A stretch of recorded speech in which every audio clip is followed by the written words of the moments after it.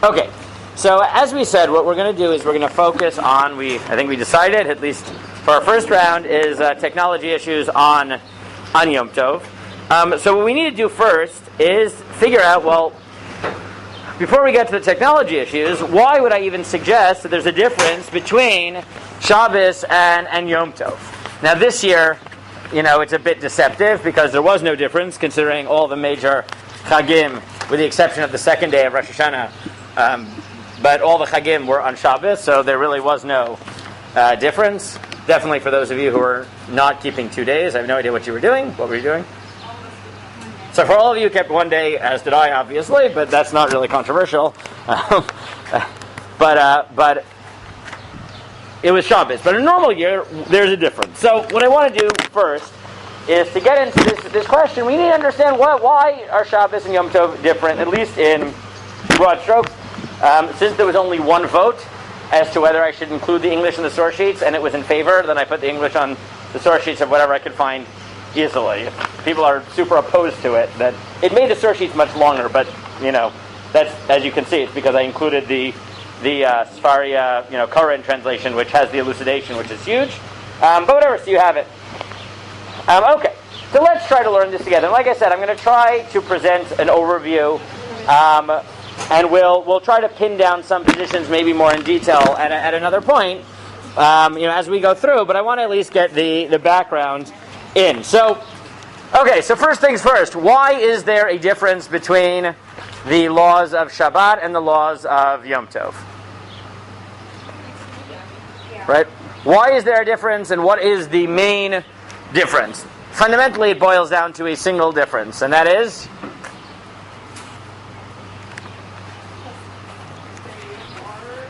But why? Why are they different? Who said so? Who said that the laws of Shabbat? What? God, very good. So where did he say it? In the Torah, very good. Great answer. That's where we start every great discussion. Is in the Torah. If you look at source number 1, it's a pasuk. It's not. The pasuk says, "Ubayom harishon mikra kodesh, ubayom hashvi mikra kodesh yelochem, kol melacha lo yaseh bohem." So far it starts off the same. On the first day and the last day of Pesach, so it will be a holiday for you, and you shall not do any malacha. So that would be the same as Shabbat. But then it says, ach, and that is the $1 million word here, except. However, there is an exception on Yom Tov, which is not true on Shabbat, and that is, ach asher ye'achel l'chol nefesh u'levado yaseh lochem. That which is for ochel nefesh, right, that which is eaten by people, that alone shall you do. So the Torah already tells you that there is a difference. You can't do malacha, just like Shabbat, except what becomes an halacha ochel nefesh. Or in the pasuk, ach asher ye'achel l'chol nefesh u'levado yaseh lachem.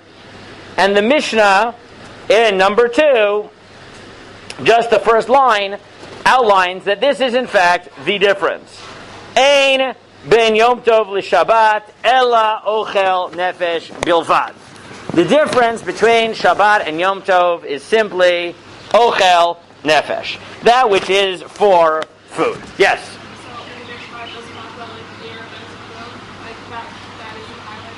Good. So, this is the first question. You are 100% correct.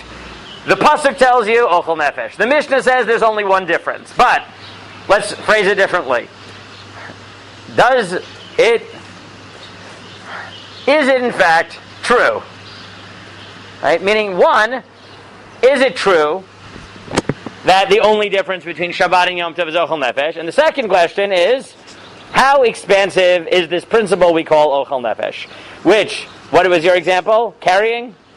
Right, carrying, right? We all know that we are allowed to carry on Yom Tov. So why are you allowed to carry? Where does that come from? Is it ochel nefesh? The answer is, well, maybe. But we will see. So, if you just stopped here,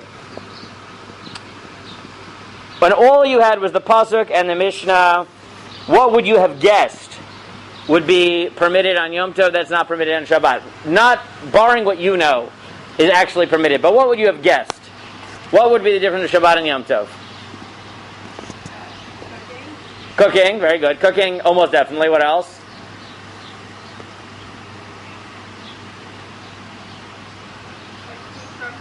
Yeah, basically any of the food preparation. Cooking, maybe shechting, borer, tochen, any of those potentially, right? Any of the food-related, what we call sidur de pat. Essentially, any of the bread-related, well, not all of them. The latter half of sidur de pat, right? Not planting and things like that, though you don't really know going at the sources because it could be more expensive. And then you have to ask questions like, we know that carrying is permitted, but how do we get there, right? Now, what would you say about, if all you had was this Mishnah, what would you say? Could you carry on Yom Tov? If you just had this Mishnah. So Ayigail says no. What does anyone else say? Could you carry? Why do you say no?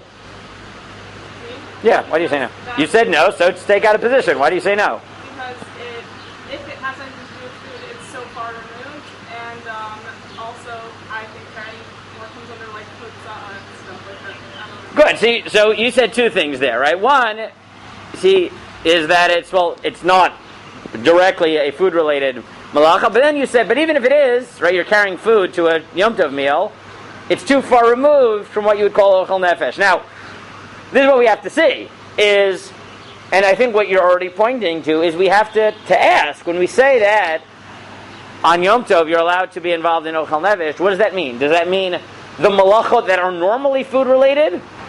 Or does that mean any malacha that in this particular circumstance happens to be food-related? Right? Those aren't the same.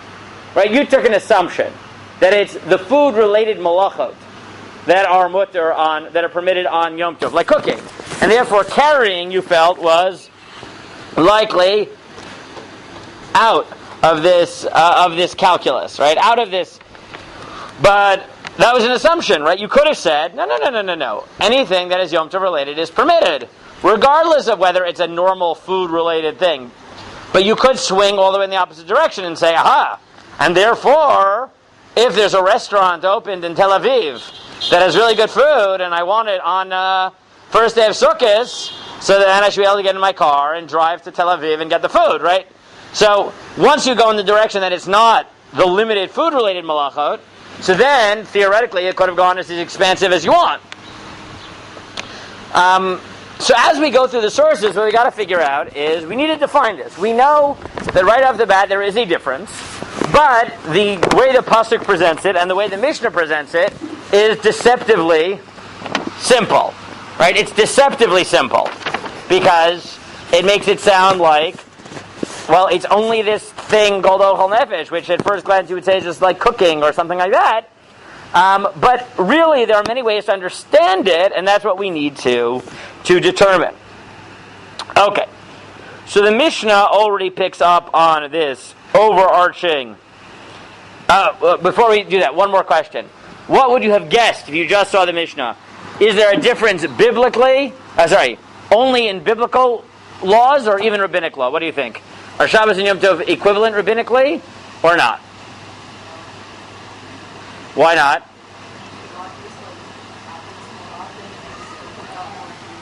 Good. So you could look at this Mishnah and say, look, when the Mishnah said there's no difference, it means there's no difference on the biblical level. But that doesn't mean they're going to be equivalent rabbinically. That's one possibility. Or you could say, no, they are totally equivalent rabbinically. Or, third possibility, they're equivalent rabbinically unless it's food related. Because whatever is true of biblical law is true of rabbinic law. Right? Or it's mostly true with certain exceptions. Maybe like refuah, which will indeed be the case. That on Yom Tov Sheni, at least, the laws of healing, right, medical related halachot are in fact different on Yom Tov. But the Mishnah doesn't necessarily tell you, right? The Mishnah just puts a rule. Yes? What's the first possibility? First possibility is all rabbinic law apply equally on Shabbat and Yom Tov. The opposite possibility is no. The Mishnah is only talking about biblical law. But again, this is just having looked at this Mishnah. A third possibility is no, they're equivalent except for food-related things, just like biblically you can do food-related malachot, so rabbinically you can do food-related malachot. Or, some sort of hybrid position, which is mostly it's the same, but there's some exceptions at the margin not having to do with food, Right, all these are possible. So the Gemara says, okay, Ha'le'inyan machshirei ochel nefesh zeh v'zeh shavin. The implication of the Mishnah is that the only difference is ochel nefesh, and therefore the Gemara says we know that there's a machloket, which doesn't appear in our Mishnah, but we know it exists between Rabbi Yehuda and the Chachamim. That the Chachamim say that ochel nefesh means food-related malachot directly. And then, similar to what Avigail said before, a category known as machshirei ochel nefesh. Sorry, Avigail is like Rabbi Yehuda. Machshirei ochel nefesh, the things which are part of the food preparation process, but they're several steps removed, right? They're preparation of preparation. They're like sharpening a knife so that you can use it for shchita, or sharpening a steak knife, I don't know. Right? A step removed from food preparation. So Rabbi Yehuda says you're not allowed to do that, and the Chachamim say you are. So the Gemara already tells you that, in fact, the question of whether ochel nefesh is limited to food-related malachot per se, or expands itself in some way to the preparatory stages of food preparation, is itself a machloket Rabbi Yehuda and the Chachamim. But the programmatic statement presented by the Mishnah implies that, in fact, these expansive preparatory actions are prohibited, right? Because otherwise they would have said it. So, when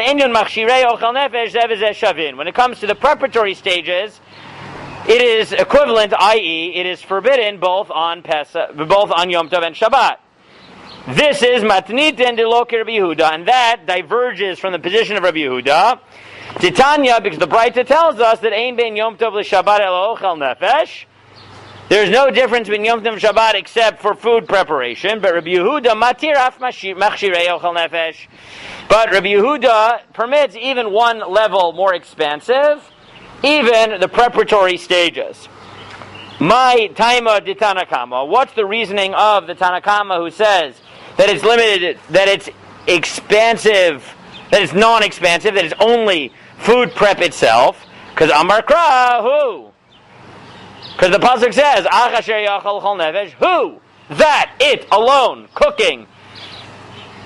Food prep is alone permitted, v'lo machshirav, and not the preparatory stages of the preparation. Not 2 steps removed. Rabbi Yehuda, lochem l'kol tzarchechem. And Rabbi Yehuda says, no. The pasuk says, for you shall do it, from which Rabbi Yehuda derives, all that you need, you can do. The idach, don't the chachamim also have aktiv lochem? Says, yes, but lochem lo lovdei kochavim. Lochem lo leklavim. The chachamim derive from this that you're only allowed to do food preparation on Yom Tov for Jews, but not for non-Jews, and not for animals. Right? Only for Jews. Right? You can't cook for your pet, and you can't cook for your non-Jewish neighbor.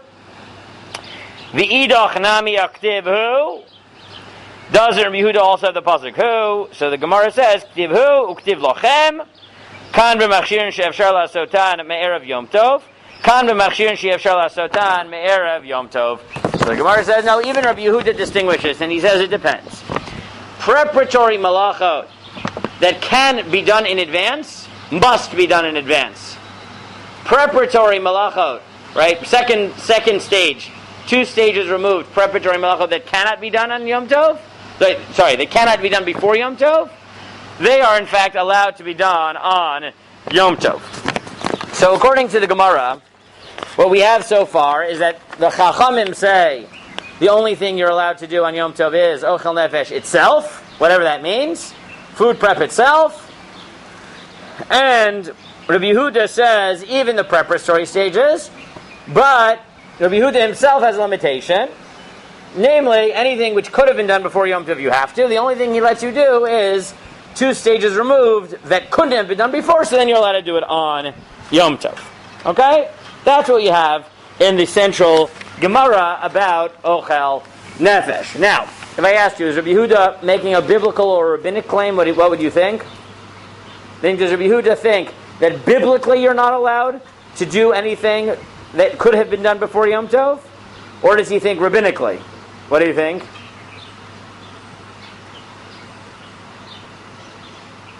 What would you guess? Biblically, Why did you say biblically? because it's just like anti-any. I mean, I would have said biblically because he quotes a pasuk, right? He says that's how he resolved the words levado and who. I thought the Chachamim brought They did. The Chachamim brought who, and then he brings lachem plus who, and he says lachem expands, who limits. The compromise is it depends on whether you could have done it in advance or not. So I would have guessed biblical, even though you could say it's an asmachta. It's not actually biblical because it's a bit of a weird drasha to begin with. Okay, so if we stopped here, we would have a machloket of Yehuda and the Chachamim. We would know that food preparation, which we don't know how to define it, is permitted on Yom Tov, and one step removed from food preparation is permitted according to Yehuda, forbidden according to the Chachamim, and even according to Yehuda, we're not 100% sure if it's rabbinic or biblical. It depends on whether you could have done it in advance or not. Right? That's what we would have. And again, from this point, what do we know anything about rabbinic law? Nothing. We know nothing about rabbinic law. So, let's telegraph for a second, right? If I asked you now, if I only had this one Mishnah, what would you think about applying the laws of electricity, technology, in general on Yom Tov? What would you say? Yeah.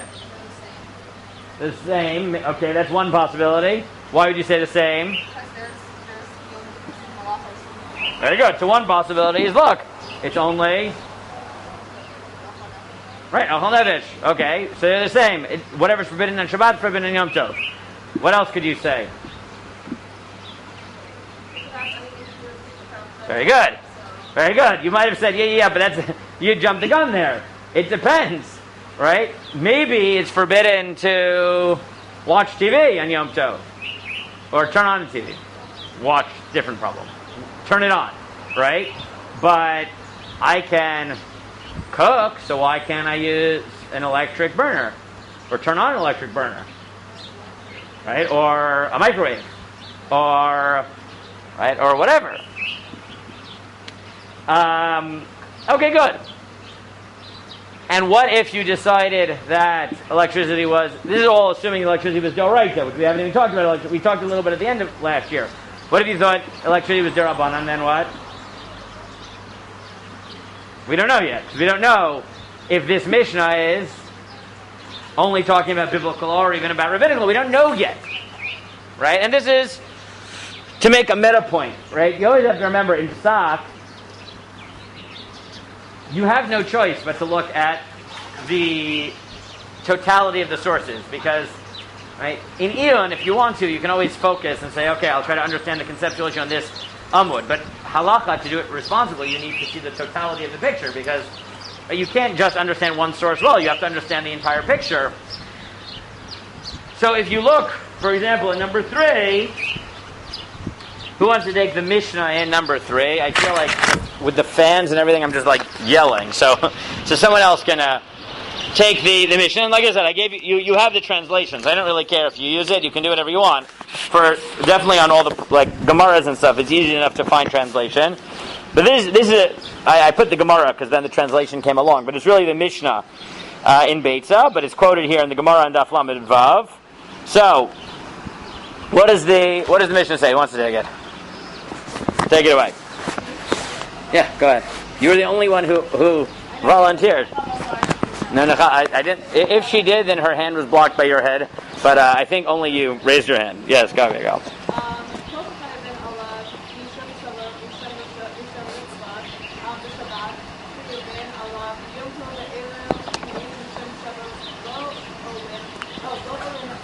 Right, so what's the first rule? The rule the Mishnah says is Everything that like you are outside on Shabbat. Mishum Shvut. What's Shvut?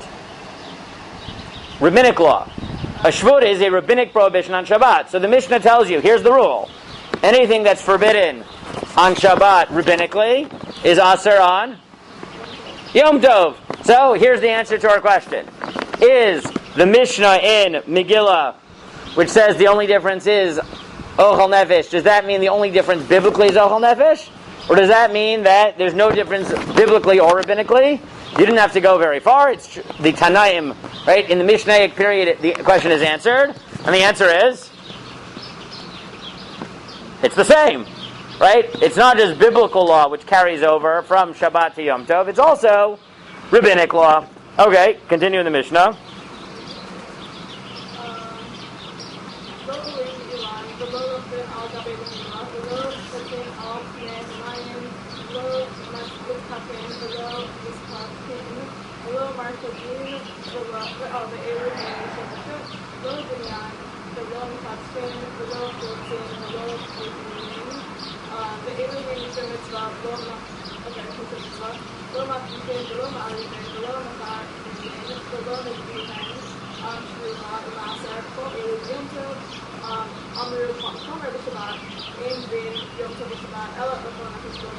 Okay, good. So the Mishnah gives you a whole bunch of lists, 3 different categories. Regular derabanans, like climbing a tree, riding an animal, etc. Then certain clapping, dancing, all those things, all asur on Shabbat. Then there are things which are reshut, which are basically mitzvah-esque, like having a court case, getting married, chalitza yibam, all those things are rabbinically prohibited despite the fact that they have some mitzvah component. And the third is straight up mitzvah, like sanctifying something in Beit HaMikdash, separating truma and maser. All 3 categories have rabbinic laws attached to them. And the Mishnah tells you that all of those, the same laws that apply on Shabbat, apply on Yom Tov. And what's the justification? Biduk, right? Because you might have thought that obviously the Torah is only talking about biblical law, right? The Torah doesn't know rabbinic law. But when the rabbis formulated the rabbinic law, so they formulated it similar to the structure of biblical law. So just like in biblical law, Shabbat and Yom Tov are equivalent except for food. So when it comes to rabbinic law, the rabbis did the exact same thing. And they imposed the rabbinic law on Yom Tov the same way they do on Shabbat. Okay. But here the Gemara says, okay, that's not the whole picture. Right? If I stopped here, I would say that is very simple. The rabbis modeled their laws exactly like biblical law, and therefore all rabbinic law that are forbidden on Yom Tov are forbidden on Shabbat. End of story, and that's it. But the Gemara says, not so fast. So here the Gemara says in number 4, this is the Gemara commenting on that Mishnah, Kol Elu b'Yom Tov Amru. Raminu, is that really true? The Mishnah says, Mashilin derech aruba b'Yom Tov, avalo b'Shabbat. So if you have produce drying on your roof, right? You're making raisins. You're drying grapes to make them into raisins on your roof. And it's about to rain. So the raisins are mukta. Or the grapes are mukta. Are you allowed to take them into your house, even though they're mukta? So the Brisa says you're allowed to lower them in from the roof through a skylight on Yom Tov, but not on Shabbat. So the Gemara answers, Amar Rav Yosef, lo kasha, ha Rebbe Eliezer, ha Rebbe Yoshua. It's a machloket. Meaning if you read the Mishnah, you wouldn't know this, but in the Gemara, it tells you it's a machloket to Tanya. Because the Brisa tells you, Otovet b'no shenafal libor. If you have 2 generations of animals, a parent and child that fall into a pit on Yom Tov. So what's the problem? You want to shech the animals, but you can't shech both because Otovet b'no, you're not allowed to shech, right, a mother and a child animal on the same day. Right? You're not, right? Otovet b'no. So how are you going to save these 2 animals? You don't want them, rotting and dying at the bottom of the pit. So what do? So Elazar Omer ma'aled harishon al minat l'shochato v'asheni oso lo parnasa bimkomo. So Rabbi Eliezer says, so you're allowed to take the first animal out of the pit because you're going to shech the animal, so that's permitted. And the second one, So throw food down to it and let it eat, and you'll take it out after Yom Tov. But you aren't allowed to carry it out of the pit on Yom Tov, because since you're now forbidden from shechting it, so there's no Yom Tov related reason for you to be allowed to do it. So you're allowed to feed it Kadei Shelo Yamut. Rabbi Yeshua Omer, Rabbi Yeshua says, Ma'aled harishon al menat lo shochato, ve'eno shochato. Rabbi Yeshua says you're allowed to take the first one out, and you're allowed to pretend. Say, look, I'm about to shech the first one, and then you change your mind. V'chozer u'ma'arim. And then you say, you know what, I'm not going to shech the first one, I'm going to shech the second one. Go back in the pit, pull it out. Umala sheni. And then, ratzazeh shochet. And then you can shech whichever one you want. But when you took the animal out of the pit, it was still possible that you were going to use it for food. So, don't you see that... What? Yes, that is harama. So what's the problem with harama? Good. So, harama is a fun topic. Not a topic we can do this second, but if you'd like, do you know Alana Steinhain? No? No one knows? No? Okay. Anyway, so Ilana Steinhain, she used, for many years, she was the resident scholar, I think was what they called her, at Lincoln Square. The last few years, she left. She's now the Director of North American Education for the Hartman Institute, I think. I think that's her official position. But anyways, her PhD at NY, she did her PhD at NYU with Rubenstein, I think, and it's on harama in the literature of Chazal. So it's about. I read the whole thing at some point. It's like 250, 300 pages or so on every single case of harama in Mishnah Bavli, Mishnah. I think it's Mishnah Tosefta Bavli, and I think it touches in Yerushalmi. I don't remember exactly some of it covers in depth and some of it less. But it's basically what does harama mean in all places that it's used in all of Shas. When is it legitimate in Shas? When is it not legitimate in Shas? What is the theory of law that emerges from it? How does it integrate into similar discussions that are happening contemporaneous with the Gemara in Roman law? So if you're interested, it's a good read. It's hyphenated, so I don't know if it's Stein Hain. So I don't know if her. I think the dissertation is under her full last name, but I'm not sure. I don't know. Meaning, she was, she used to be just Stein, and then she became Steinhain. So, but I'm pretty sure the dissertation is under her full last name because I think she only started the dissertation after she was married. It's very good. It's a very good dissertation. At some point when I was teaching Beitza in Toronto, so I think I took 2 weeks to go through her central theses. When I got to this sugya, or some of Beitza has a lot of sugya about harama.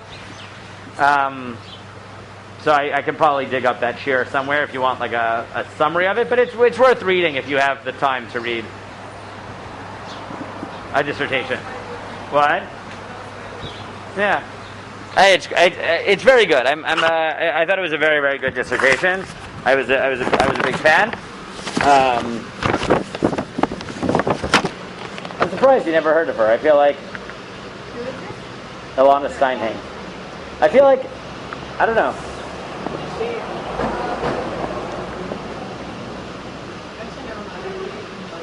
What? Yeah, she made her way. She makes her way around, at least New York. But now that she's at Hartman, she speaks all over the country. I don't know. Anyways, like for a while they were the JLIC couple at Columbia, or no? Yeah, no. They were first at NYU, and then I think maybe he moved to Hillel. He moved to Hillel at Columbia, but I think only Yona was at there because she was working at Lincoln Square, and they were walking back and forth. Something like that. It's been a while. That was like when I was in college. When I was in college, they were working on campus. But, okay. Fine.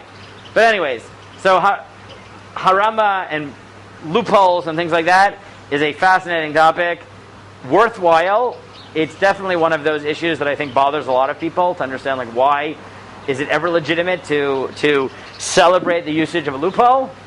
But again, the only real way to do it is the way that she did it, which was systematically go through every single case in all of rabbinic literature and figure it out. Okay, I respect that methodology. That's how it should be done. Okay, you can probably Google it. It's like it's something like it's either called harama or legal fictions in rabbinic literature or something like that. I don't know. I found it all online, so the PDF is uploaded somewhere, unless it was taken down, in the last few years. Okay, so the Gemara says.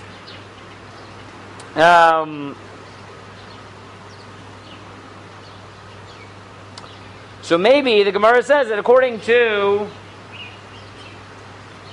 Rabbi Eliezer, who's limiting and only allows you to take out the animal which you're actually going to eat, he is going to hold that there is no difference and rabbinic law is all forbidden on Yom Tov, just like it is on Shabbat. And Rabbi Yeshua, who allows you to engage in harama, so the Gemara says maybe Rabbi Yeshua will be more expansive and say, look, we're willing to bend rabbinic law on Yom Tov for certain reasons of monetary loss. Again, he's not making a blanket statement that no rabbinic law applies on Yom Tov, but maybe Rabbi Yeshua will believe that, at least to save money, like protecting your drying fruit on the roof, you're allowed to violate rabbinic law, even though it's not food related directly. You're not saying you're going to eat these on Yom Tov, it's just you don't want to lose the money. You don't want the fruit to be destroyed, so maybe they'll carry over. So I'm really Abaye, Mimai, how do you know? Dilmad kan lo kamer Eliezer hata melodav shabbat parnasa. Maybe Rabbi Eliezer agrees that on Yom Tov it's permitted to violate rabbinic law to protect your money. It's just that by the animal case, you're not going to lose your money because you're going to feed the animal at the bottom of the pit, and then you'll take out the animal after Yom Tov. But by the fruit drying on the roof, if you don't take them down before it rains, it's going to be done. Inami. Alternatively, Rabbi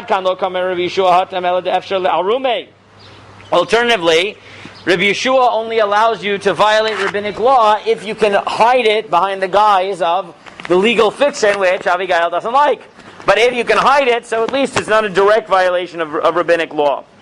But when there's no way of hiding it, you're just violating rabbinic law to protect your produce, that's not okay.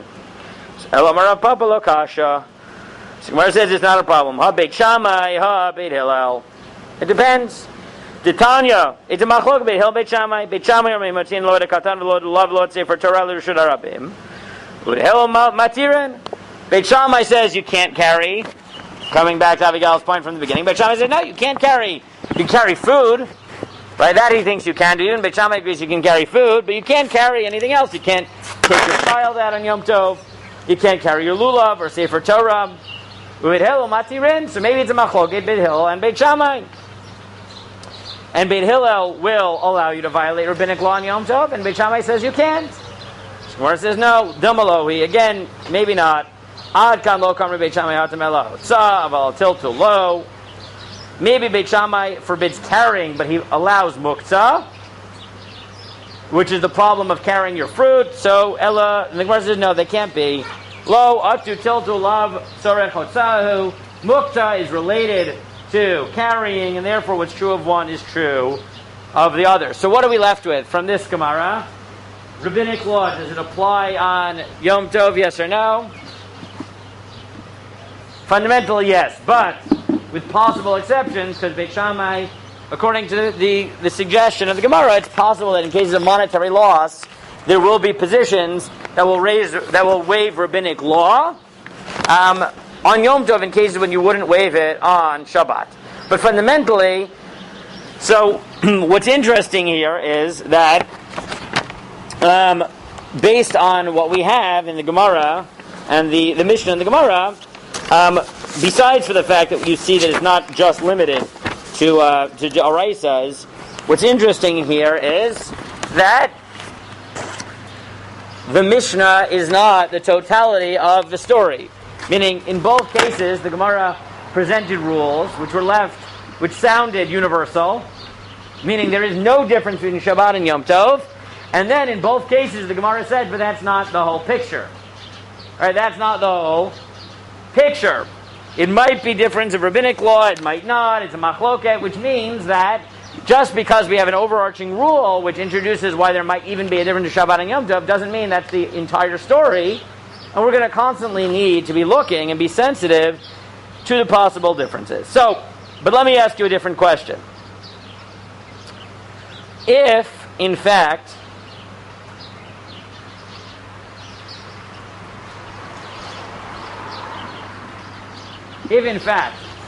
there are more differences than what the Mishnah says, right? Meaning both Mishnayot make it as if there's a universal rule. If in fact there's a universal rule, then why is there not really a universal rule? Right? Why are there exceptions that it doesn't tell us? Why would it frame it so simply and universally if in fact it's more complicated?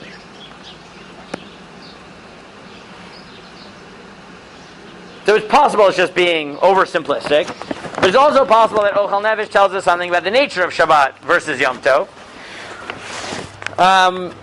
And this is what we really need to understand, because so far we've just said that there is a difference. Again, this is really just sheer one. This is just introduction. There is a difference. Okay, what we got to figure out is what is the difference really, and why is there a difference? Because if we understand more fundamentally and conceptually what the difference is, then we might understand why there's a difference, and that might help us when we try to apply new principles that might be distinct between Shabbat and Yom Tov. Oh my God. It's like hot behind a mask and like yelling. It's like, it's like a workout. What? I don't even know. It's just, yeah. Whew. Okay, these masks. It's like, my God. It's also Thursdays, because Thursdays I teach like, all day. It's like, I'm at Migdal, so first I give Parsha, then I have Seder, and then I give Shir, and then I walked over to get some exercise, which is probably a mistake in this heat, and then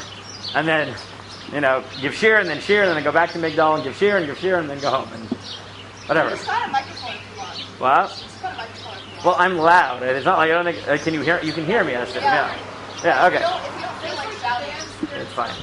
No, but I do think, can someone just get me a cup of water though? Come on. Thanks. Okay.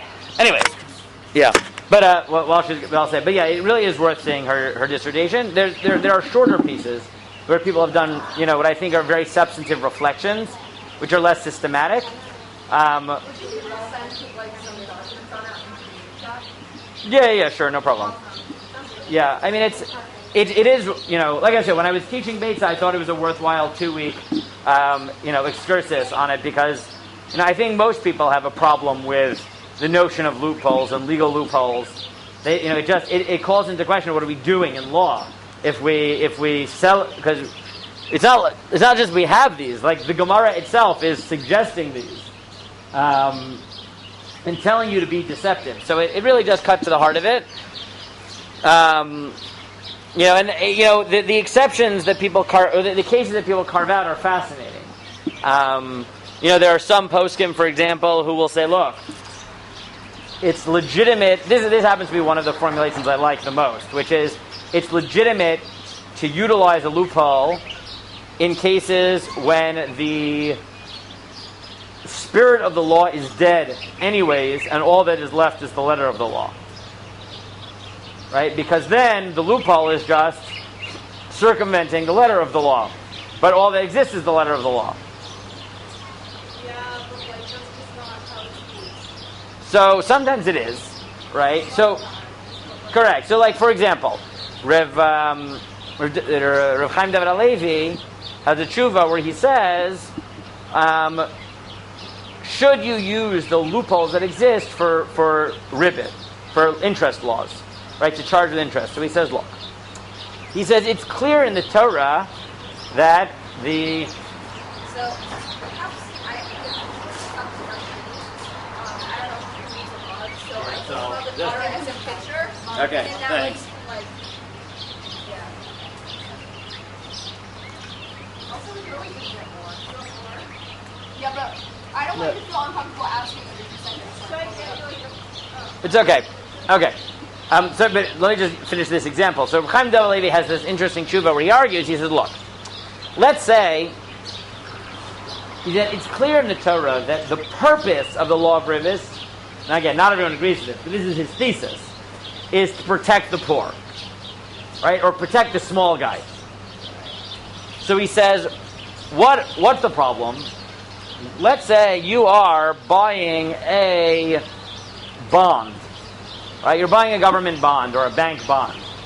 So essentially, you're lending money. The small guy is lending money to the big guy, which is the exact inverse of the normal case of interest. Right? You're not the big person with all the money is not taking advantage of the little guy. The little guy is lending money to the bank. Is lending money. Right? That's what a bond is. So he says, in that case, because of the unique circumstances, the spirit of the law is irrelevant here. Because you're not taking advantage of anyone, right? The bank has a lot more money than you. The government has a lot more money than you, right? So in that case, he thinks it's legitimate. You can't just say, okay, there's no ribis now because the spirit of the law was applying to it the opposite case. But it's morally and religiously legitimate to use a loophole that technically works because the spirit of the law, you're not going against the spirit of the law. This is a unique case which, for formal reasons, falls under the issur of ribis. But the spirit of the law, there's no reason why you can't lend to the bank with interest. So, as long as you take care of the formal issue, so then it's permitted. Now, there's a problem with his thesis, which is, in order to make that claim, you have to assume that you definitely know what the spirit of the law is supposed to be, such that you can figure out when you're allowed to reverse it. Right? And that you're not taking advantage of. Correct! And now, there are some people who say, look, it depends on whether it's a loophole for a mitzvah or a loophole for something which is not really a mitzvah. Meaning, like selling your chametz. Right? There are some people who say, look, I wouldn't come up with a loophole to avoid shaking lulav because I have a positive mitzvah to shake lulav. I don't have a positive mitzvah to destroy my chametz. I have a mitzvah to destroy my chametz if I own it. But if I can come up with a technicality that I don't own it, so I'm not avoiding a positive mitzvah, because there was never a mitzvah to destroy chametz. If I happen to eat all my chametz 5 days before Yom Tov, I don't have to go and destroy it. I just can't own it. Yeah, but that's just not going to do it. It's like big deal if you don't take the lulav, but you'll get hurried if you have... I don't I'm not saying... I'm throwing out theses, right? You know, one of the most common cases, like in the Gemara here, is just... Is there a very pressing reason for you to use a loophole? Right? Where, obviously, we don't want you to use a loophole, but the case is where you lose a lot of money, so we allow it. Again, this is why it's important to go through them systematically. It is one of those things where it's the, you know, every so often I go back to this line that I think it was like my first week of Gush. Right? Tarragon said this line that stuck with me since then, right? Which was, to understand Superman, you need to be able to understand kryptonite. Right? That sometimes it's specifically by looking at the exceptions that you learn a lot about the totality of the system, right? Because if you look at the limits of the system when it breaks down, right? That's when you get a picture, right? Learning all the normal laws, you get a lot of details, but it's figuring out what pushes, right, the button to the breaking point that you suddenly learn the actual true nature of the law. And that's why it's so important to understand harama. Because it's pushing the law to its limit. It's saying at this point it's mutter to essentially come up with a way of breaking the law, but not because of a technicality. Okay, but anyways. Fine, so back to Shabbos and Yom Tov. So, why is there this difference between Shabbos and Yom Tov? What does it reflect about the nature of Shabbat and Yom Tov? So let's try to figure that out.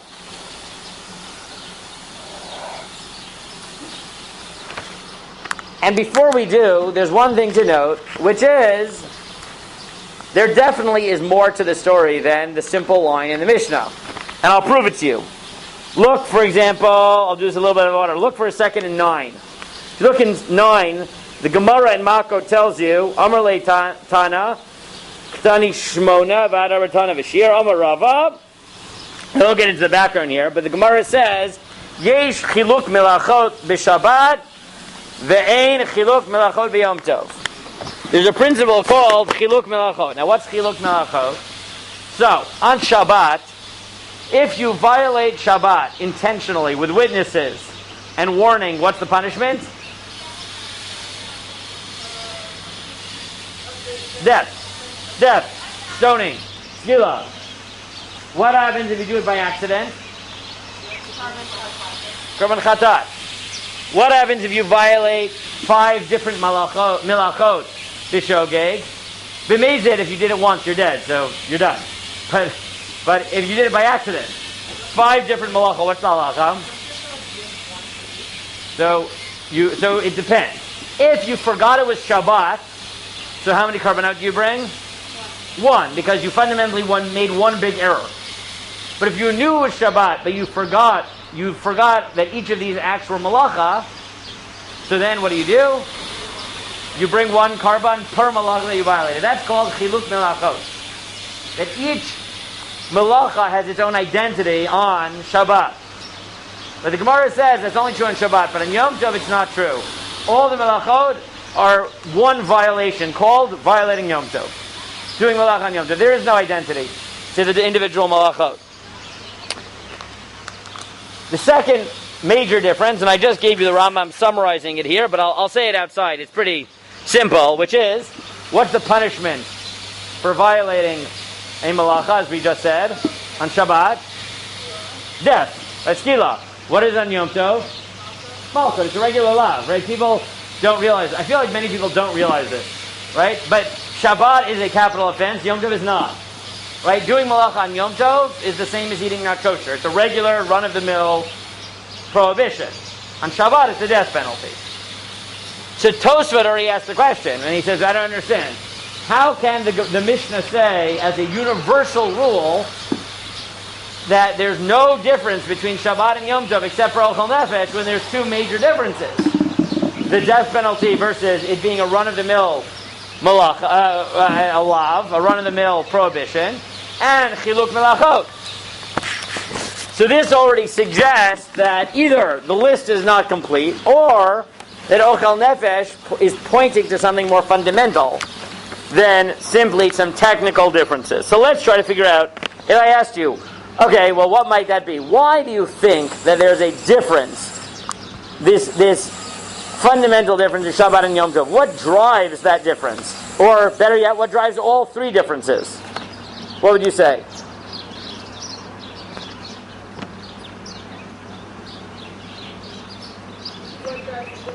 Like, why is this true? Why is it that on Shabbat you can't do Ochel Nefesh, and Yom Tov you can? Why is Shabbat so much more severe than Yom Tov? Why in Shabbat does each violation of malacha take on an individual identity, but on Yom Tov it doesn't?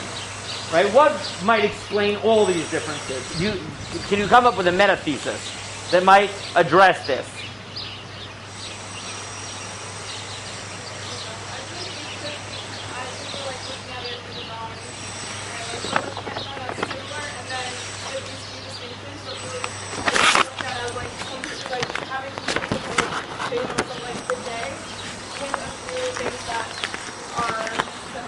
Good. So the gallery points out that I'm making an assumption. There's really 2 ways of looking at this. One is, all things being equal, I should assume that Shabbat and Yom Tov are the same, and then you need to explain to me each difference.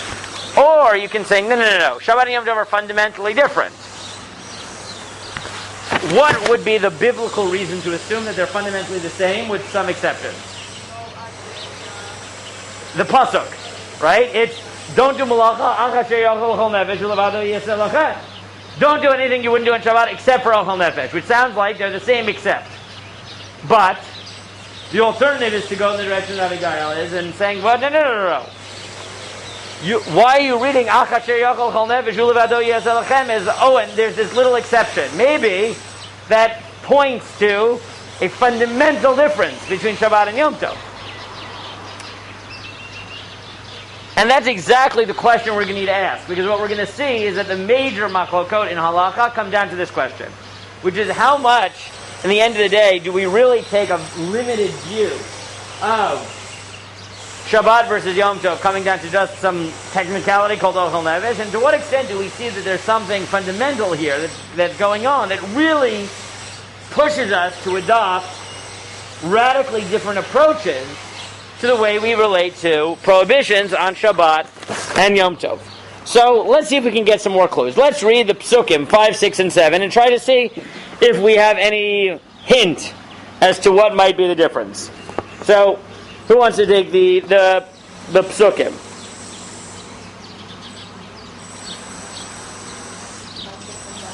5, 6, and 7, yeah.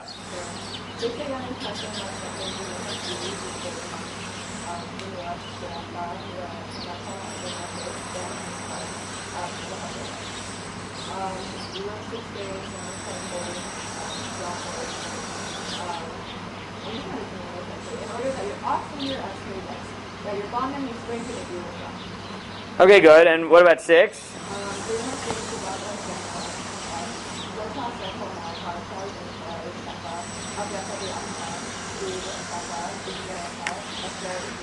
Okay, good. So on Shabbat, how does the Torah present the prohibition of malacha on Shabbat? Yeah. So in 5, it's a cessation. And what about in 6? Don't do malacha. Right? I mean, that's how it presents it. On Shabbat, don't do malacha. Look at Yom Tov in 7.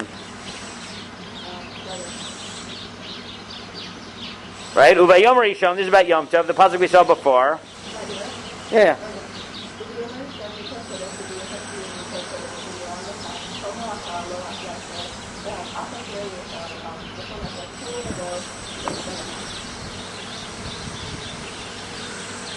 So what about on Yom Tov? On Yom Tov, before you get the prohibition of malacha,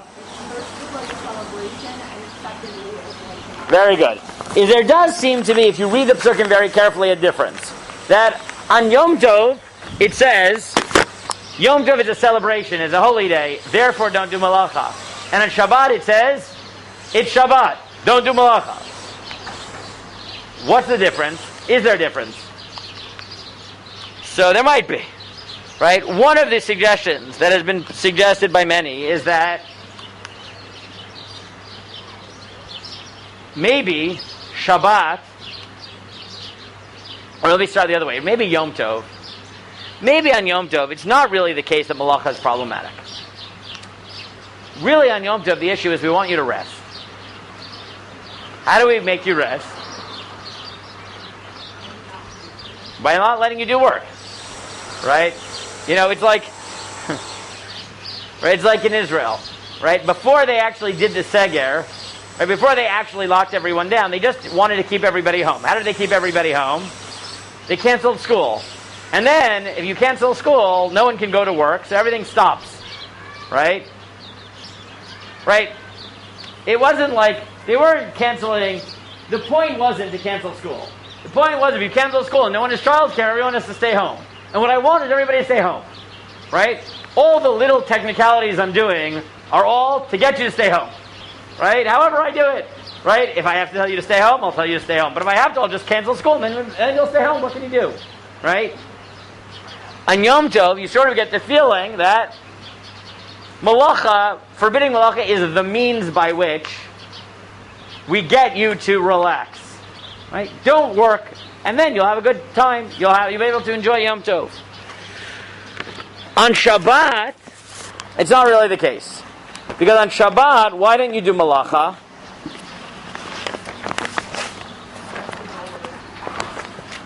And what is the goal? And why? What? Yeah. Right, so this is what Rav Lichtenstein once suggested based on the Ibn Ezra. If you look at 12 and 13, right? The pasuk says, Tishesh yamim asa Adonai et hashamayim et haaretz ve'et kol asher bam v'yinach b'yom hashvi'i al ken be'erach Adonai yom Shabbat v'kadshehu. Right, it's pretty clear in the pasuk. God rested on day 7, and therefore He instituted Shabbat.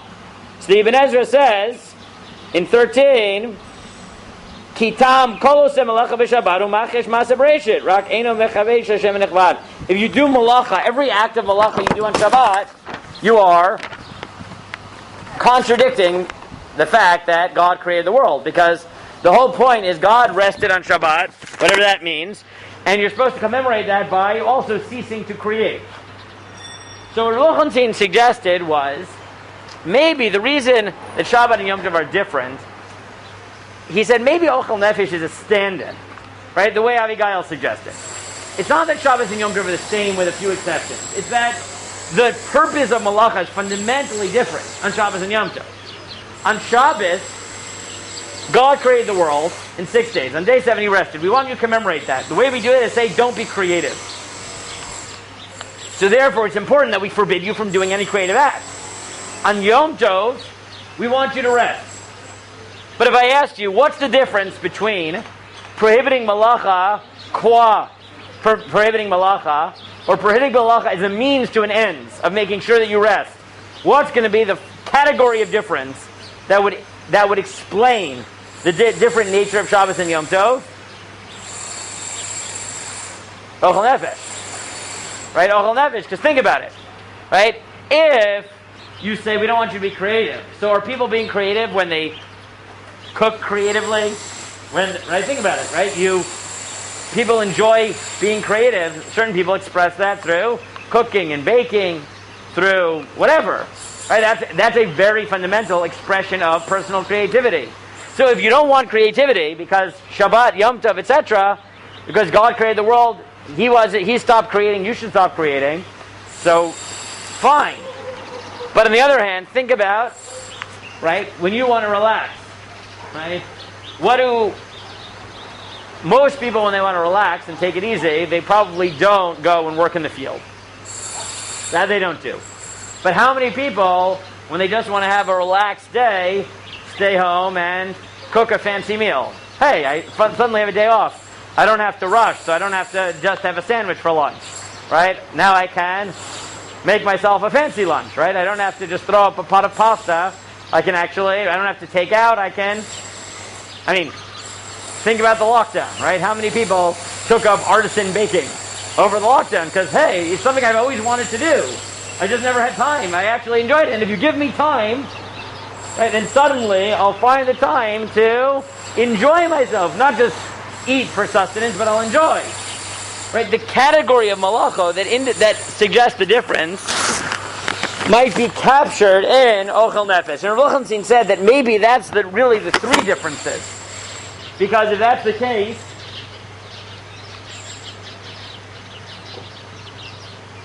the difference of chiluk malachot, right? What does the Gemara say? That on Shabbat, every malacha that you violate, chiluk malachot is an independent violation, which makes sense according to Ibn Ezra, because every creative act is going against the nature of Shabbat. But on Yom Tov, if you prohibit malacha, not because each malacha is intrinsically problematic, but because you're trying to create an atmosphere. So look, in the end of the day, ain't chiluk malacha. It's prohibited, but they all basically melt into one prohibition, which is keep Yom Tov. Right? Have a day of rest. Similarly, that might be about the level of punishment. Right? That on Shabbat, the stakes are much higher. When you violate malacha, what you're doing is you're challenging your belief in God and His creation. On Yom Tov, you're not allowed to, but you're not taking advantage of the day of rest that God wanted you to have, which is bad, but it doesn't carry with it unique theological resonance. And again, this is more hashkafic, but I think it is helpful as we're going to be studying the different Yom Tov to at least possibly have this framing. And if you look, for example, at 11, the Sefer HaChinuch, here for simplicity, look at the English here. This is the Chinuch's Shoresh HaMitzvah, right? The rationale, philosophical rationale of the mitzvah. He says, it's from the root of the commandment that it is so, that the great miracles that God, may He be blessed, did for them and their forefathers be remembered, and that they speak about them and inform their children, the children of the children about them. As with rest from the business of the world, they will be free to be involved with this. As if they were permitted work, and even light work, each and every one would turn to his business. And the honor of the festivals would be forgotten from the mouths of babes, from kids meaning, also from the mouths of adults. And there are also many other benefits to its rest. As all the people gather in the synagogues and study halls to listen to the words of the book, and the heads of the people guide them and teach them knowledge, and is similar to that which their memory be blessed, said, Moshe ordained for Israel they should expound the laws of Pesach on Pesach, laws of Shavuot on Shavuot, and the laws of the holiday, i.e. Sukkot on the holiday. Right, so what does the chinuch say? Why is malacha forbidden on Yom Tov? Because we want you to have time to enjoy with your family, to talk about the miracles, and if you went to work, you wouldn't have time. So, it's possible that the difference between Shabbat and Yom Tov isn't just a technicality. Right? It isn't just that, food-related malachot are permitted on Yom Tov but not on Shabbat, and the punishment on Shabbat is greater and on Yom Tov it's less, and chiluk malachot, each malach has individual identity on Shabbat but not on Yom Tov. It's possible that this points to something fundamental, is that Shabbat and Yom Tov are different types of days. Shabbat creativity per se is problematic, but on Yom Tov, it's not. On Yom Tov, the goal of prohibiting malacha is to prevent you from losing the spirit of the day, and therefore the exceptions that are carved out are there because they aid rather than detract from having a restful day. So,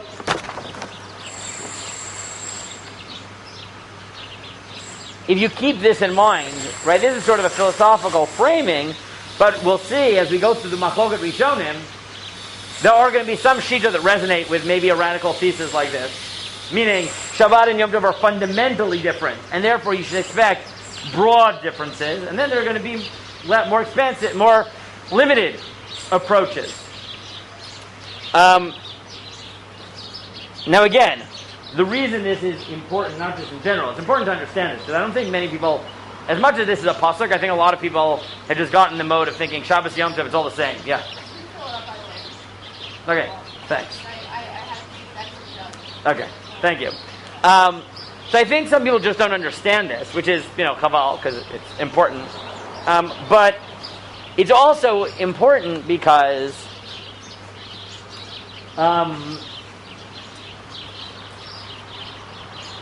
the fact that many people, for better or for worse, don't understand that there's deep-seated differences between Shabbat and Yom Tov means that they can't even entertain the possibility of why there might be a difference. Like if you think for a moment back to the Zoom, you remember we did this a little bit last year, the Zoom Seder controversy, right? If you remember, the Moroccan poskim who said, look, Yom Tov is different because many Moroccan rabbis felt that electricity was Asher on Shabbos but not Yom Tov, and a lot of other people said, no, you can't, right? You can't say that, because one of the reasons that they put forward was because people don't understand, right? People relate to Shabbat and Yom Tov equivalently. So if you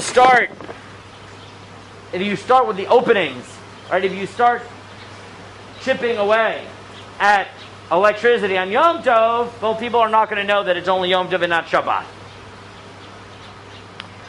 Part of that, I think, is that especially in the modern era, people don't really understand that these are different days. They know you can cook, right? And that you know they can carry, but they've never really thought about the big picture.